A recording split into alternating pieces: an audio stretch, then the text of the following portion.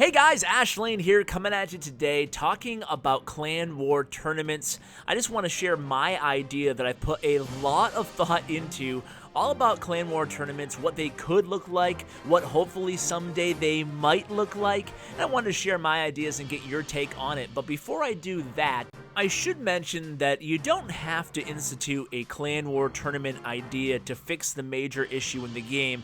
The major issue in the game, to my mind, is people's play sessions just aren't that long anymore, and the game needs a big new feature, like Clan Wars was 2 years ago now. So the easier way to fix this, in a little bit less exciting way, is just Speed Wars. Now, I say a little bit less exciting only because the other idea tournaments is so very exciting. But Speed Wars is still super exciting and invigorating for players in the game. And all Speed Wars would be is using the same clan war system, but they'd be much smaller, so 5 vs 5 or 10 vs 10. And a Speed War would have a 30-minute prep period, akin to the prep date right now, where you're able to fill your clan castles defensively and choose your base. And then it would only have a 45-minute or maybe an hour battle period, battle day, akin to what that is now.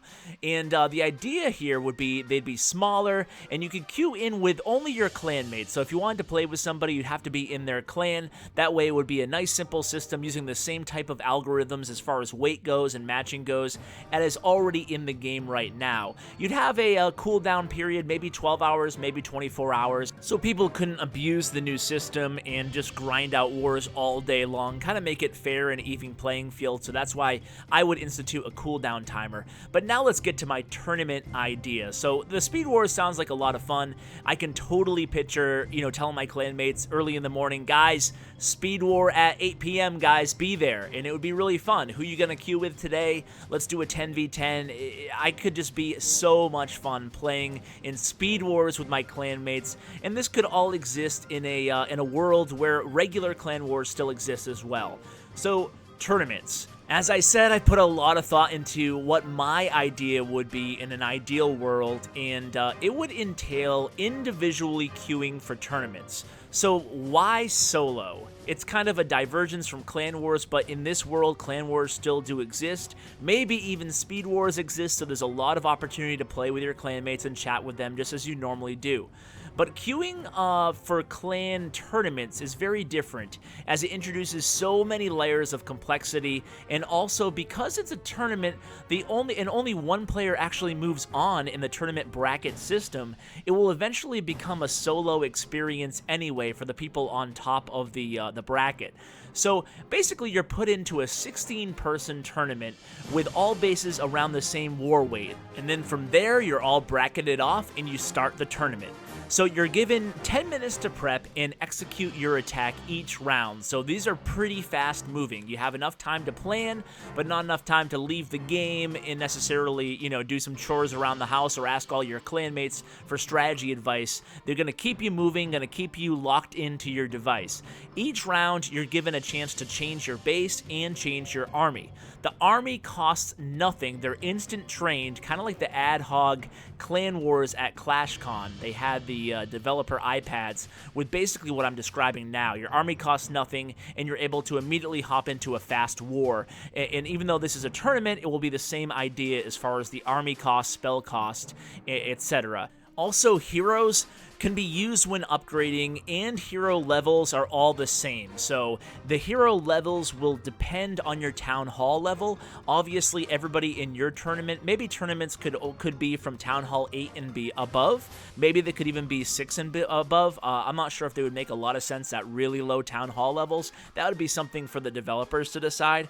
But my idea would be that the heroes would be a uniform level, and it wouldn't. Your heroes would not affect the clan war tournaments. Of course, your heroes still affect your clan wars, and they still affect farming and stuff like that, so heroes will still remain a really important part of the game, but this is just one way to even the playing field a little bit in the tournament and make sure that no one has a huge advantage over someone else in the tournament, because we know hero levels make such a big difference.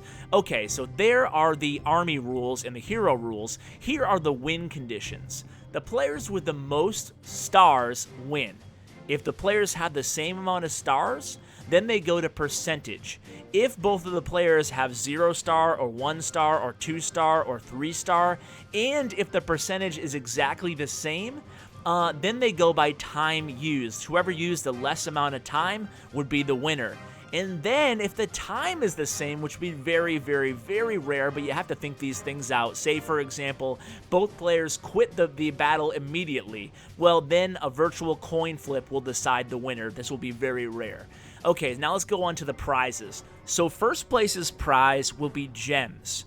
Yeah, that's right, I said gems, because Supercell already awards gems to the people who probably need it the least in the entire game. Those are the members of the clans who are on the top of the leaderboard. So this way, you know, people who actually might need gems will actually be getting them. So the gem prize to the first overall finisher. Now, how many gems, Ash, you might be asking? Well, it's going to be a tiered system, so it depends on what town hall level you are or what war weight you are, however they decide to classify which constitutes each tier of the tournament. So maybe the winner of the number 1 tier might get $5 worth of gems, 500 gems, and then it could go down from there. That's just spitballing an idea, not sure exactly what would make sense there. Oh, and stay tuned because I do have some ideas that will prevent people from abusing this system, especially if we're going to award gems. Now, all the participants get a loot prize that is structured from top to bottom, and it goes, you know, starts very high and then goes down from there. All participants are also awarded new tournament points. We'll call them TPs, which they can be used in a very special and new shop. And in this shop in the game, people are allowed to trade in some of their points. They'll still stay on your profile. I'll get to that in a second. But they'll be able to trade in these points for aesthetic items, such as new art options for heroes, new clan castle decor, and new decorations, flags, etc. So there's some cool ideas that could add a new flair of achievement to the game. And you can look at somebody's village to see what type of statues or whatever they've been able to purchase from their Clan War tournament points. Now, the Clan War tournament points will forever stay on somebody's profile as well, so you can be able to go look at somebody's profile and see how successful they've been, similar to a gold grab, for example. Even though they've spent all the gold, it still remains on their profile. Now, this is a big one here. There's also going to be a new leaderboard added to the game with a list of players with the most war points at each town hall level, maybe the top 100 at each town hall level. Now, there are going to be 2 leaderboards beyond that. One that gets reset every season and one that is a rolling top 200 of all time. This is really huge because we've never had in the entire history of the game a leaderboard that truly reflects skill. Currently, the leaderboard, in order to be on it, you have to be pushing in clouds for 24 hours a day, and it's basically just a reward for time and diligence. Obviously, there is skill required, but it's mainly time. I can take it for someone who's been to the top 200 in the world. It's mostly a time investment. So this time, it would not be a time investment. It would be purely skill, and that brings me to my last point. Because we want this to be a real ranking system and really truly reflect the most skilled players in the game, there's going to be a 24-hour cooldown period before people can enter another tournament. So this stops people from just grinding tournaments all day and popping to the top of the leaderboard. Essentially, we'd have the same system we do now. So guys, that is it. I'm so interested to hear what your thoughts on my ideas are. Go ahead and comment below. I'll read them all. Thanks so much for watching, and as always, take care. We don't play for fame, we don't play for cash. We just play for the glory and the crash of the ash.